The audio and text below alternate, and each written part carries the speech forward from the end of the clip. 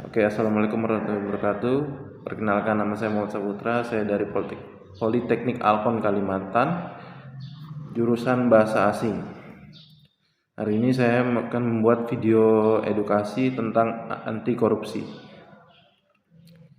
Sebelumnya, korupsi itu adalah suatu kegiatan yang dimana sangat amat merugikan, entah itu bagi masyarakat sekitar atau mungkin masyarakat kalangan bawah.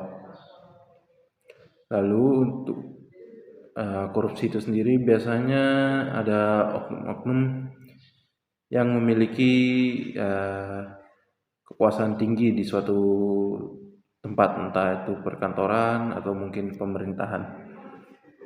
Biasanya mereka melakukan penggelapan dana atau mungkin pencucian uang dan juga mungkin penyalahgunaan kekuasaan.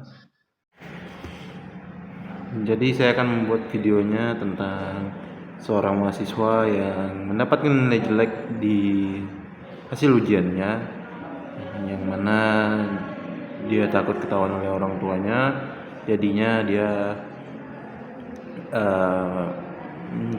mencoba menyuap seorang dosen yang katakanlah mempunyai kuasa yang besar lah di kampus tersebut, yang memungkinkannya untuk mengatur ulang atau mengubah nilai seorang mahasiswa. Jadi berikut adalah videonya.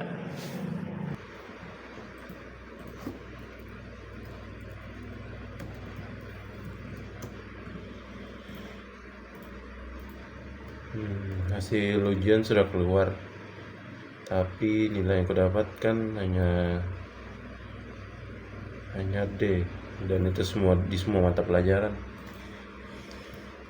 Ini kalau orang tua aku tahu, mereka pasti bakal marah besar kepadaku. Apa ya harus lakukan? Mungkin aku coba suap kali ya dosen yang mempunyai kuasa. Mana tahu nilaiku bisa diubah. Kalau untuk uangnya mungkin pakai uang tabungan aja. Kalau ditanya sama orang tua aku, mungkin aku akan menjawab itu untuk membeli buku. Ya boleh lah, daripada aku yang kena amuk sama orang tua aku karena nilaiku jelek. Baik aku coba suap dosennya sudah.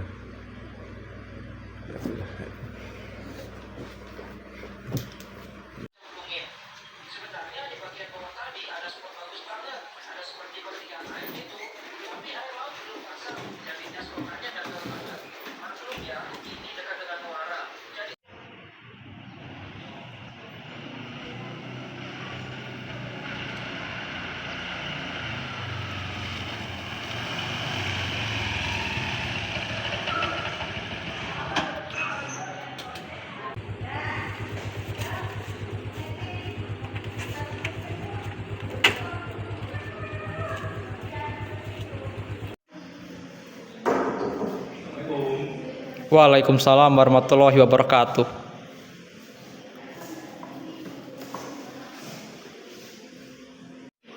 Permisi Pak. Iya, ada apa ya? Saya mau tanya Pak. Ini soal nilai ujian saya. Kan nilai ujian ini kan saya sudah buat nih Pak, dan hasilnya buruk Pak, hancur. Jadi saya minta tolong nggak sama Pak? Bisa nggak sih Pak nilai saya diubah ya sedikit Pak di KKM aja? Maksud kamu ngomong begitu apa ya? Saya takut orang tua saya marah Pak, jadi saya mati. Jadi saya bertolong Pak. Sedikit Pak, sedapatnya KKM aja Pak. Kamu tahu, tindakan ini tidak dapat mengancam posisi kita berdua loh. Entah saya sebagai dosen atau kamu sebagai mahasiswa. Ya, saya tahu Pak, tapi gimana ya Pak? Saya sudah akan bisa jalan. Emangnya kamu berani berapa? Kalau soal itu sih saya nggak sih Pak. Ya memang nggak banyak sih Pak. Ya ada lah sebenarnya. Saya lihat dulu.